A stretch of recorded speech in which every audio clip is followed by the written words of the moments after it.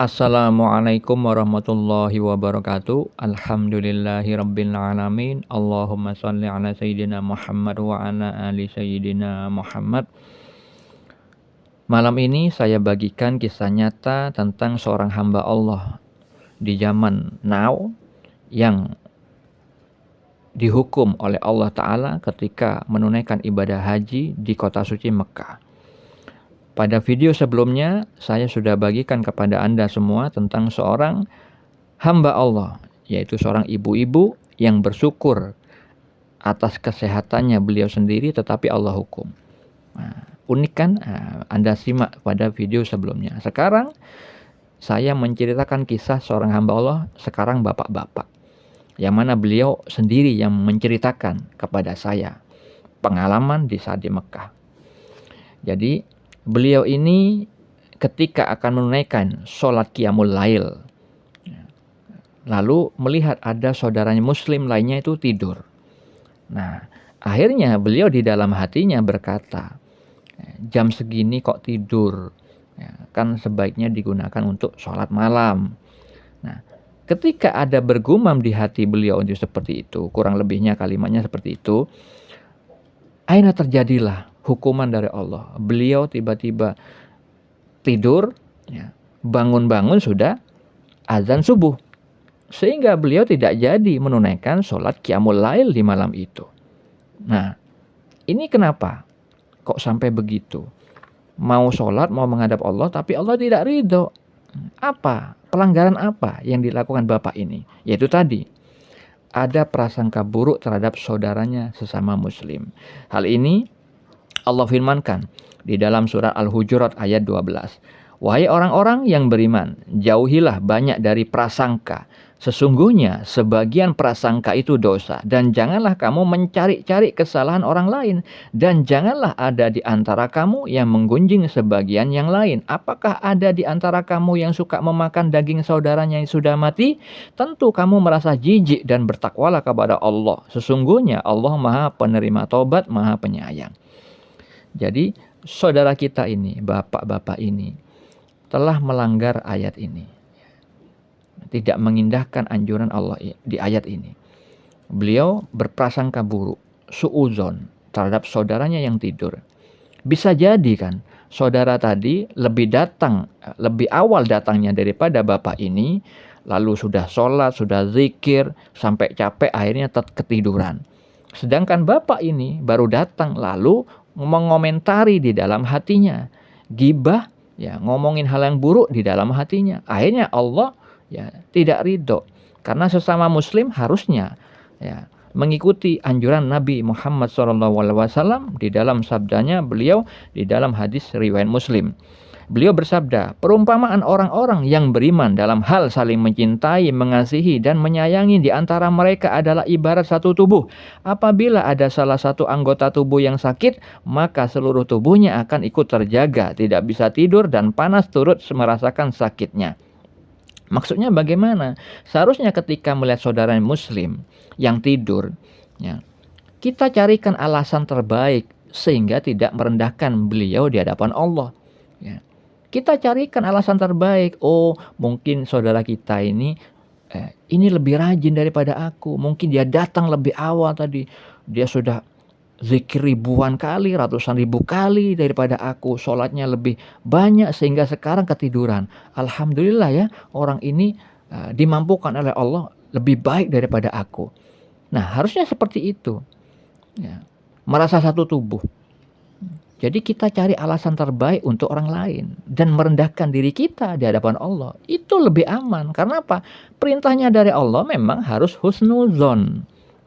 Apalagi sesama saudara muslim yang mana Nabi Muhammad SAW bersabda di dalam hadis riwayat Bukhari dan Muslim, seseorang di antara kalian tidak beriman jika belum bisa mencintai saudaranya sebagaimana ia mencintai dirinya sendiri. Nah, seringkali kita mencari prasangka buruk, lebih dominan mencari kesalahan orang lain, lebih dominan meninggikan diri kita daripada orang lain. Orang lain kita rendahkan, itu seringkali berbuat begitu. Nah, itu tidak boleh. Maka pelanggaran yang tadi disebutkan di dalam surah Al-Hujurat ayat 12 terjadi. Akhirnya Allah hukum. Yang awalnya ada niatan sholat qiyamul lail, malah bapak tadi itu tidak Allah izinkan. Karena apa? Sudah berprasangka buruk di kota suci Mekah yang memang terlarang untuk berbuat buruk, baik itu lahir maupun batin, sekecil apapun itu. Seperti halnya Allah Ta'ala berfirman di dalam surat Al-Zalzalah ayat 7-8. Barang siapa berbuat kebajikan seberat zarrah, niscaya melihat balasannya. Dan barang siapa melakukan kejahatan seberat zarrah, niscaya melihat balasannya pula. Zarrah itu sebesar semut kecil. Jadi perbuatan apapun, jangankan di kota suci Mekah, kalau orang itu dikendaki kebaikannya sama Allah, juga disegerakan hukumannya walaupun tidak di Mekah, apalagi di Mekah. Itu salah satu wujud Allah Maha Adil. Allah Maha mengetahui sisi lahir dan batin, dan juga Maha Penyayang. Ketika seorang hamba, seorang muslim yang beriman kepada Allah melakukan perbuatan dosa, terus disegerakan hukumannya di dunia. Di dalam sabda Nabi disebutkan bahwa orang itu dikehendaki kebaikannya. Kenapa? Karena setiap balasan dari Allah itu bisa menghapus dosa manusia yang bersalah tersebut. Jadi hukuman dari Allah itu sekaligus memberitahukan kepada kita bahwa bapak tadi masih disayang sama Allah. Asalkan beliau ridho atas hukuman tersebut, asalkan beliau tahu kenapa beliau dibegitukan sama Allah. Sebab hukuman yang Allah berikan kepada seorang hamba Allah, seorang yang beriman, kalau tidak ridho maka Allah murka. Jadi orang yang dihukum oleh Allah bisa dihapuskan asal syaratnya ridho. Jadi saudara-saudariku muslimin muslimat, mukminin mukminah dimanapun berada, kita harus selalu ingat bahwa Allah berfirman di dalam surat Al-Anbiya ayat 35.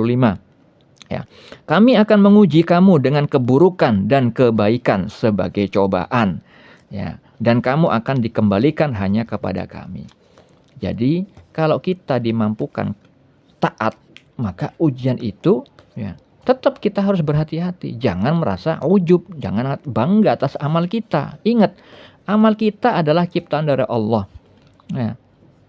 Sebagaimana sabda Nabi bahwa ketika kita usia janin berupa janin dalam usia 4 bulan di dalam kandungan ibu kita, Allah memerintahkan malaikat untuk meniupkan ruh bersama 4 perkara, 4 ketetapan, yaitu rizkinya, ajalnya, amalnya, terus kecelakaan, masa celaka atau masa kebahagiaannya. Jadi peluang amal baik maupun buruk itu sudah Allah ciptakan ketika kita belum lahir, ketika belum beramal. Maka ketika kita dimampukan untuk memahami ilmu syariat, ilmu peraturan Allah, lalu kita dimampukan untuk mengamalkannya, amal soleh di dunia itu, maka itu adalah karunia dari Allah. Sebagaimana Allah Ta'ala berfirman di dalam surat An-Nisa 79, semua kebajikan yang kita peroleh adalah dari sisi Allah, sedangkan musibah buruk yang menimpamu karena ulah tanganmu sendiri.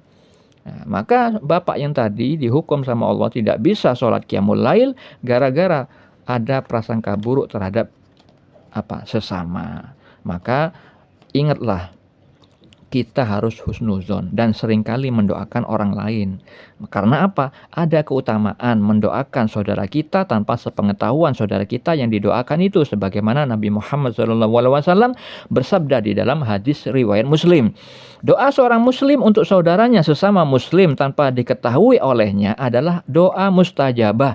Di atas kepalanya orang yang berdoa ada malaikat yang telah diutus, sehingga setiap kali dia mendoakan kebaikan untuk saudaranya, maka malaikat yang diutus tersebut akan mengucapkan amin, dan kamu juga akan mendapatkan seperti itu. Nah, kan lebih baik husnuzon mendoakan daripada prasangka buruk. Kalau husnuzon apapun dipakai dalam hal apapun, dalam kasus apapun tetap aman, karena kita sudah mengikuti anjuran dari Allah Subhanahu wa Ta'ala. Jadi berhati-hatilah ketika di dalam hal taat, kitanya dimampukan taat, jangan sampai kita meninggikan diri kita daripada orang lain. Ingat, amal itu adalah karunia dari Allah. Kemampuan itu adalah karunia dari Allah. Itulah makna dari la haula wala quwata illa billah. Tiada daya dan upaya tanpa rahmat dari Allah. Semoga hal ini bermanfaat hati-hati jangan ujub atas amal baik yang kita lakukan. Assalamualaikum.